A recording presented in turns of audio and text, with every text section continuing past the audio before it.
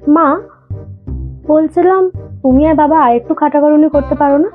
তাহলে আমাদের অনেক পয়সা হবে, অনেক বড় লোক হয়ে যাবো আমরা, আমাদের কোনো অভাব থাকবে না, আমরা আরো আলিশান জীবন কাটাতে পারবো।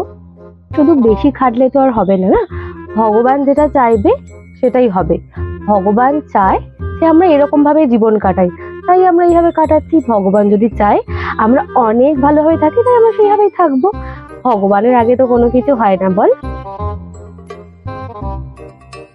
আরে তোর আজকে রেজাল্ট ছিল না?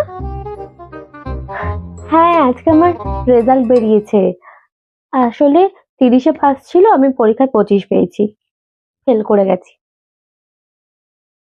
এই জন্য বলতাম বারবার করে, পড় পড় পড়, মন দিয়ে পড়াটা পড়। সেই ফেল করলি তো? আরে মা, তুমি ভুলে যাচ্ছ, তুমিই তো এক্ষুনি বললে। দেখো, সবসময় আমরা যেটা চাইবো সেটা যে হবে সেরকমটা তো নয়। ভগবান ভগবান যদি না চায় সেটা হবে না।